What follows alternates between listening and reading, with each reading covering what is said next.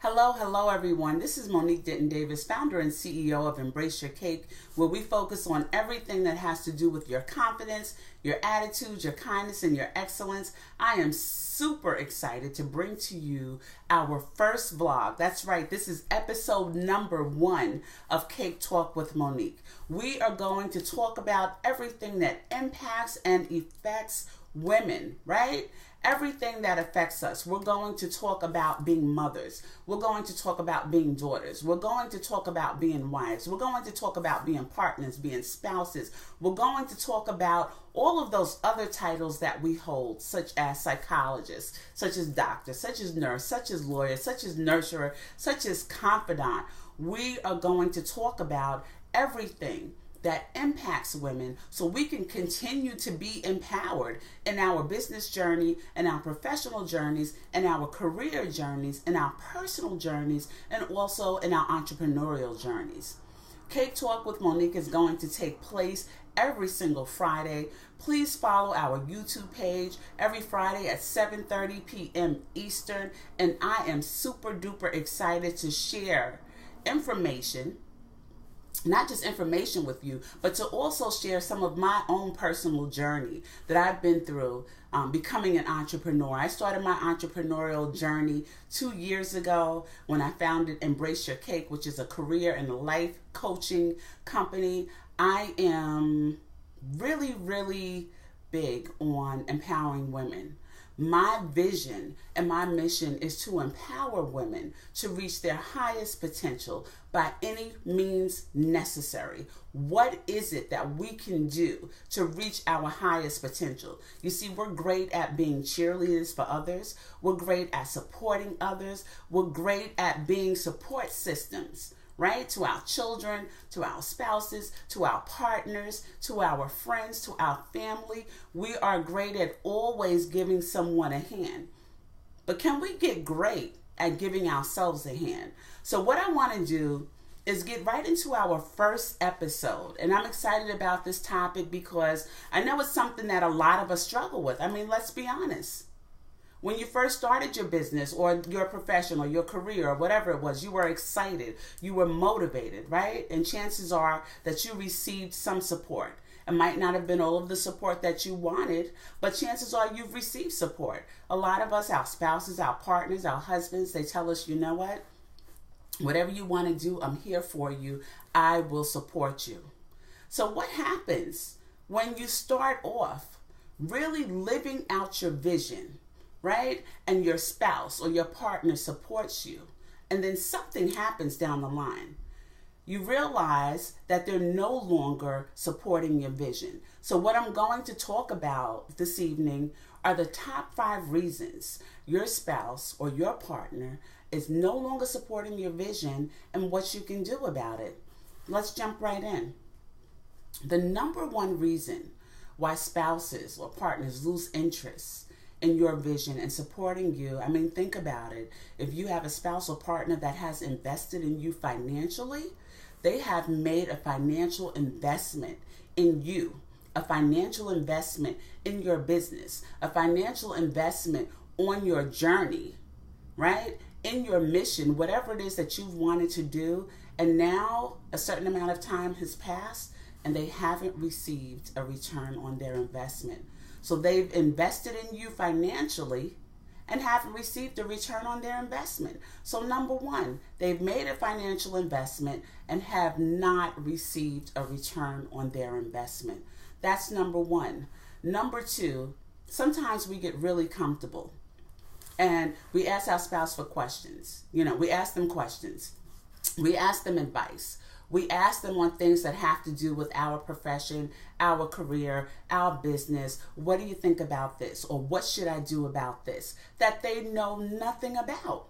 You know, they're there to support. They're not the experts. So instead of looking at an accountability partner that's in the same industry that we're in or the same industry that you're in, instead of looking at a mentor that's in the same industry that you're in, or a coach that's in the same industry that you're in, or another professional or entrepreneur who has been successful and walk down the road that you're ready to travel, you look to your spouse, you look to your partner, you look to those that are closest to you for business advice, professional advice on things that they know nothing about.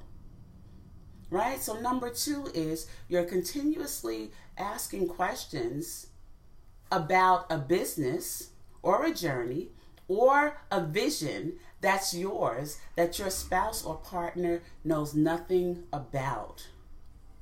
And chances are, if you're doing that, you're questioning your own decisions. Now, it's okay every once in a while to run something by. What do you think about this? Or I'm excited about this. But if you're constantly questioning them, what should I do?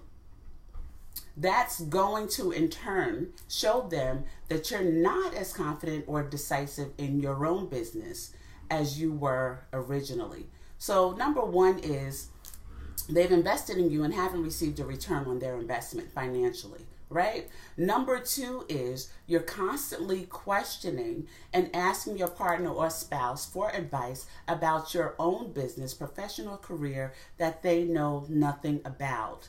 Number 3 is really interesting, and this is in the middle of the 5 because when you started your business, so I started my entrepreneurial journey again 2 years ago when I founded Embrace Your Cake, and I hit the ground running. I mean, bells and whistles, right? Pom-poms. I was super duper excited. This was going to be a wonderful business. I was going to impact women all across the world. I was going to empower women. It was going to be all about women power. I was going to have these major events and conferences where women left refreshed, renewed, and ready to reach their highest potential. That was when I first started 2 years ago. What happens when you hit the ground running? You're excited, you're motivated, you're empowered. And then year 1, time flies, especially when you are really putting in the work. Time flies. So year 1 comes and I notice, okay, my business isn't as successful as I thought it was going to be. Nothing is easy, but sometimes you start to lose the momentum. And then what happens in year 2 when you're like, gee, year 1 was this way, but I just knew year 2, that was it. That was going to be my year. My business was going to take off. And now you're at the end of year 2. So you start to lose the momentum. Your spouse or your partner is observing everything that's going on. So you've lost momentum, right? And you think it doesn't show, but it shows. You've lost momentum, so now they're losing momentum. So that's the 3rd reason, is that you no longer have the momentum that you had for your business when you started. And it shows. You don't think it shows, but those that are closest to you can see exactly what's going on. So you've lost the momentum. Guess what? They've lost the momentum. So that's number 3. Number 4 is really interesting because we love support, right? And sometimes we figure, you know what? I support you in everything that you do. I want the same support. And I read an article about this recently in Forbes, and it really hit home. And the article talked about inviting your spouse or partner to business events, business lunches, business dinners, business meetings that have nothing to do with them. How many coaches, entrepreneurs, speakers, service providers, product providers, how many times do you invite your spouse or your partner to an event that has nothing to do with them and that they're really not interested?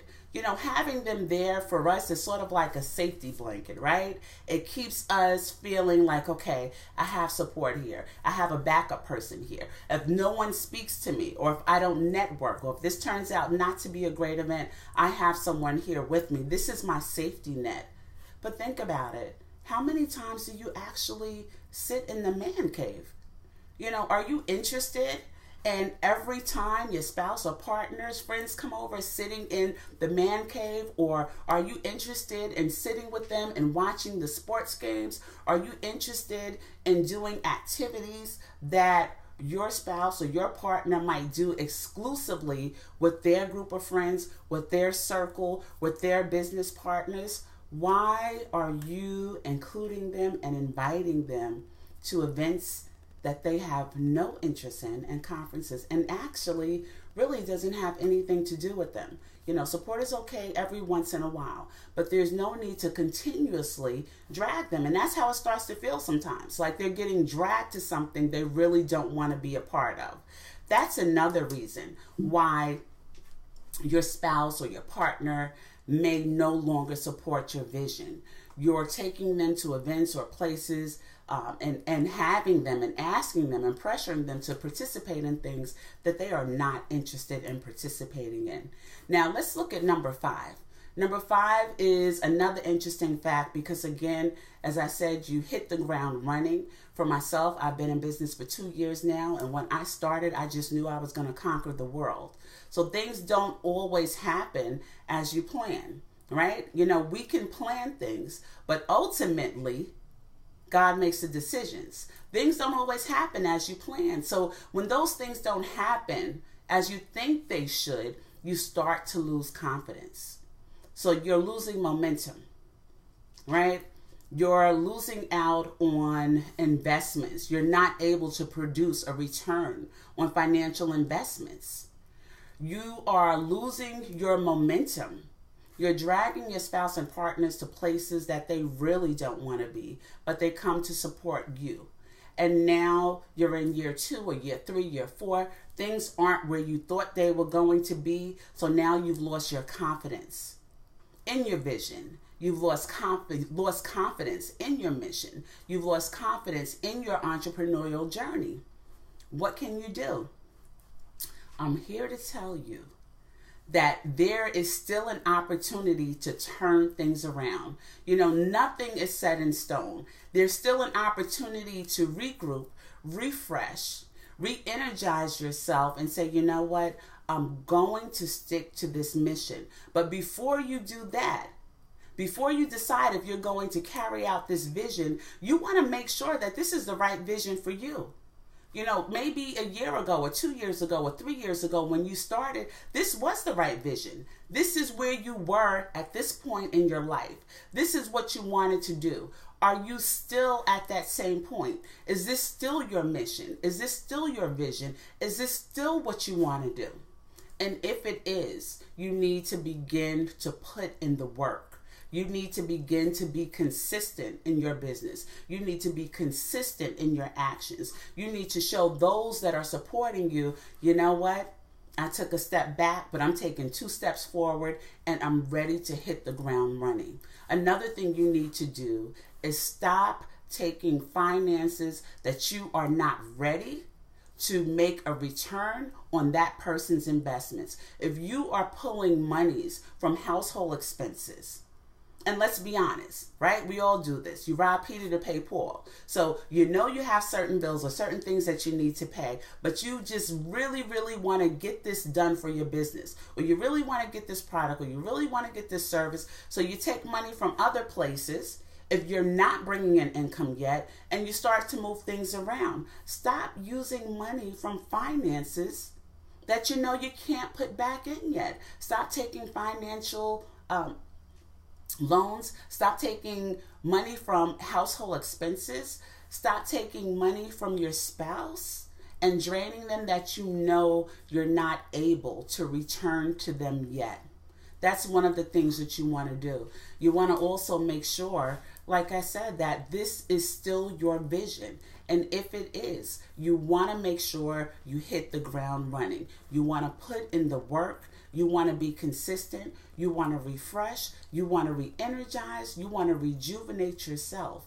You want to make sure that you're operating in such high confidence that anyone you come in contact with, first thing they want to know is, Monique, how's the business going? How is Embrace Your Cake? How is whatever business that you're doing? I see the fabulous work that you're doing. I see the movement. What can I do to support you, or what can I do to be part of your journey?